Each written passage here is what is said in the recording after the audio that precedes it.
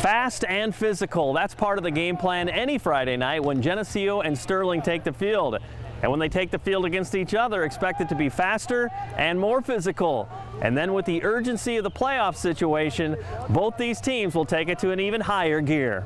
This is what it's all about right now. This is kind of why you work in the summer and in the spring and all those times is for games like this. And so I think our kids are starting to realize that, and then they're real excited. Is it hard to not really pay attention to IHSA.org, you know, and look at points and stuff like that too, and say, you know what, it comes down to 50 plays on a Friday night? No, you're right, and I've done that probably less this year than I ever have before, just because, you know, we know that you know, we have our fate in our hand. You know, if we can go out and we win Friday and we win the next 2 weeks, we're going to make the playoffs. So we can't worry about points and who else is playing who, and you know, we just got to go out there and execute and play hard. Yeah, we got to beat them. Like, this is like our playoffs right here. We just got to beat Geneseo to get in. Because like Rochelle, we weren't that physical. But this year, we're trying to get better this week. Geneseo is a big team, good team. We just got to be big and physical. Both teams obviously want to win, and you know, and I mean, we're going to get physical play, you know, and obviously they're going to be a little bit faster than us, so we got to play smart and do the little things right. And it's just going to be that typical Sterling Geneseo game, I think, and anything can happen. And it's always been whoever has the fewest mistakes is going to win the game. And so we've tried to focus on that and not to give up big plays and keep control of the ball and hopefully try to force them to do things that they don't want to do.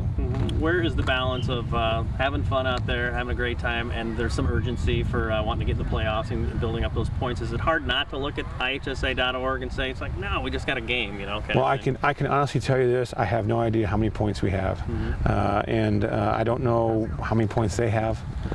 You know, we've always tried to preach that you take one game at a time and let the other things take care of themselves. And you know, our first priority and Sterling's first priority is to win the game, and then worry about the playoffs later.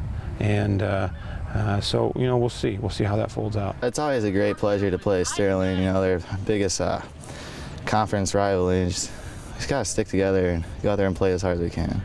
What do you like about them so far? What are some things that you guys have picked apart about them that makes them go? I like that they're a strong team. They're pretty good, and they're going to come out and hit us in the mouth. Always physical play, fast and physical seems to be the theme. Is that something you notice about them on tape too? Yeah, they're always fast, and they always come and hit you hard, and they'll never take a play off. Tell me what the key is, bottom line stuff on Friday night for you guys, execution-wise. We just got to stick together and have our teammates back and just go out there and play hard. Part of the charm of the Geneseo-Sterling rivalry is the fact that it's heated but not hated. There is high respect between both schools, and both schools come out of communities that value athletics, playing the game with high character, and that makes each matchup very special. From just being on there on a Friday night game, you know, with football, you know, obviously Sterling really supports their guys as much as we do, you know, and it's good small town football. You know, we're not a big suburban town and stuff like that, and you know, we still care about the little things in our communities to make our communities special.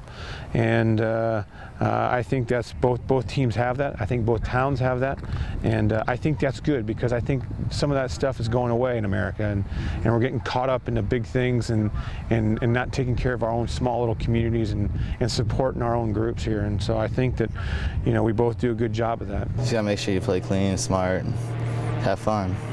Talk about kind of the ebb and flow of this season. You guys have had a brutal schedule too. In a lot of ways, I mean, everybody looks at the record 3-3. Hey, are you going to do it this year and stuff? But you're improving too, because you are playing some really quality teams. Yeah, we've had a tough few games at the beginning, but we just got to keep it rolling and finish strong.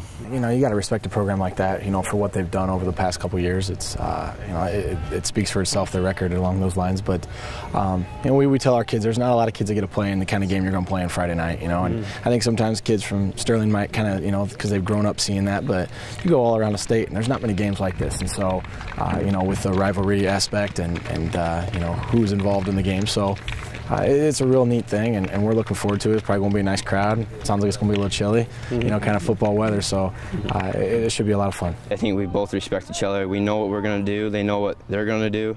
We just got to execute. What's the bottom line Friday night if you guys are going to come out on top?